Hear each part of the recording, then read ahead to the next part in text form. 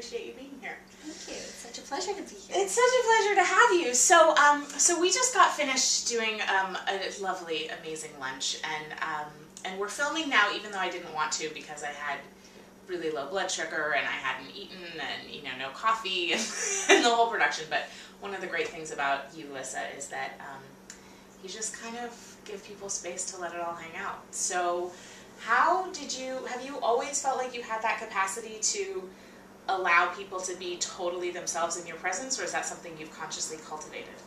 Yeah, it hasn't always been that way. Mm-hmm. I think I'd always desired that, but it hasn't. I didn't know how to create the space for that, and to really hold space for people to be authentic. Although, like I said, I always wanted that kind of interaction with people. I never was really into the whole, let's pretend we're on when we're not. But at the same time, I think it does take some cultivation to be able to really create that safety, such that people can be all them all the time. Yeah. And that's what you had just said to me over lunch. Yeah. Talk a little bit more about that, because that really turned me on when you said the being all yourself all the time. Thanks. Yeah, we were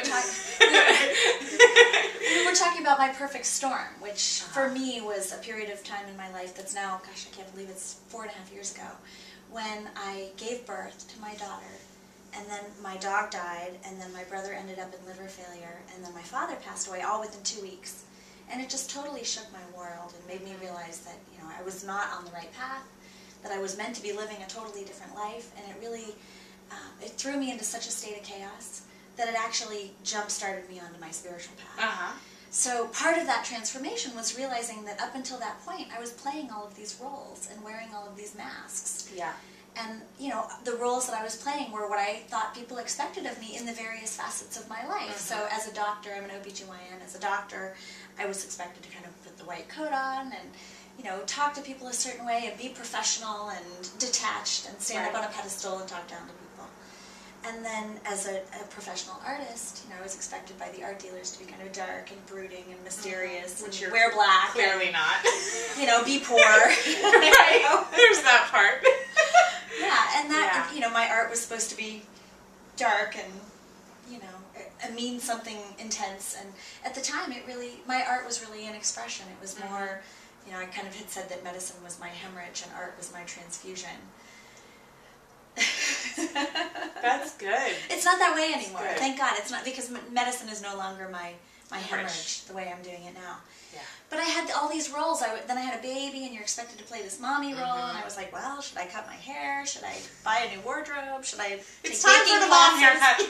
Exactly. So, and then, okay, so you went through the perfect storm, and then realized about the masks and the different things that, you know, we're asked to put on, or we opt to put on, or, you know, whatever.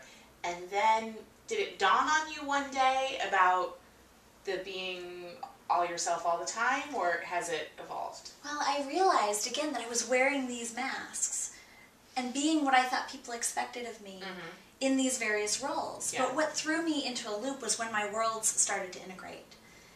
And I found myself at an art show one day where I was there with my art dealer and my collectors, and then my patients were coming, and then all the mommies from the preschool were coming, and I realized, like, who am I today? Like, oh my, and I couldn't remember who was who at the... Did it scare you?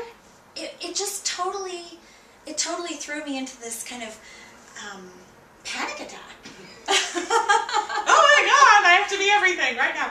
Well, but I already was everything. Of course. And I realized that when it comes right down to it, all I have is who I am. All I have is the core of authentic Lissa. And I just made this commitment to myself, like, forget it. I'm just going to shed the masks, and I'm going to be all me all the time. And I'm going to be the same person in my practice as I am when I go to an art show, as I am when I'm with my editor talking about my book, as I am with the mommies at the preschool. Yeah. And, like, if people don't like me that way, or they choose to reject me, so be it. Do you feel because you're becoming more of a public figure, and you're really out there, I mean, your blog, Owning Pink, really took off in a huge way, and now it's become this amazing community, and you just started it less than a year ago, last year. I mean, that's really cool. Yeah, last April. Pink. Okay, we're coming up on our 1 year anniversary on April 27th. April 27th. So your site is a Taurus. Which is very appropriate. Because my birthday is April 24th. Oh my gosh, it's very appropriate with the earthiness and being ruled by Venus, and oh, that's beautiful. Well, and so that's what I was thinking about when you walked in today, and you Right. were like, "Oh my God, I'm so not me today. I'm not on. I'm hypoglycemic. I haven't had my coffee this morning." I've done way too much yoga in the past. The past week, I'm like really full.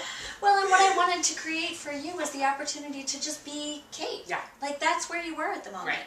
And on Kate is only one of the parts of you. Right. There's also off Kate.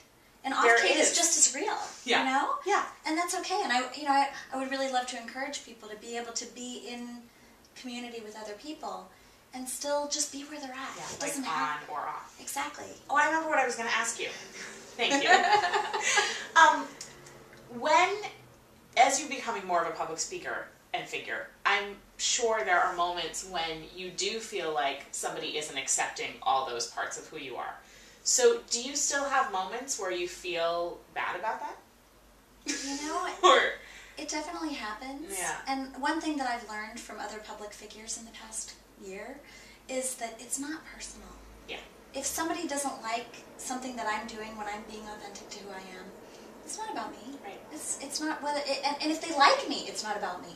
That's the juicy one. It's Yeah. neither. It's Yeah. when I'm putting myself out there as a public figure and people are relating to me, what they're really seeing is me as their mirror. So I saw this so profoundly when I went to see Elizabeth Gilbert speak, the author of Eat, Pray, Love. And it was so interesting watching her up on stage. And she was in this room full of women at the Marin Center who worshipped her. Yeah. And she was so clearly not comfortable Yeah. in that role. And there were all these women out there kind of recreating her journey. Right. Kind of Thinking she's their best friend. going to Italy and going to Yeah. India and going to Yeah. Bali. And she was saying, don't recreate my journey, find your journey. And it's almost as if she couldn't hold what people were expecting of her, Yeah. all of the adoration that people were putting on her. And you're right, she's like everybody's best friend, but we don't know her. No. And it was so interesting for me witnessing that, because the lesson I would have loved to have shared with Elizabeth Gilbert, if I could have sat down, and I did sit down with her, and in retrospect, I wish I had said it, Yeah. was it's not about you. What Right. she did is she let all of us see the best within ourselves through the mirror of her story. That's beautiful. And so in reading Eat, Pray, Love, at the end of it, you see the beauty that is you. And she was the vehicle for that. Right. But it's not personal. It's not about her. We She don't just, know her. I mean, it's almost like a channel, Yeah. you know?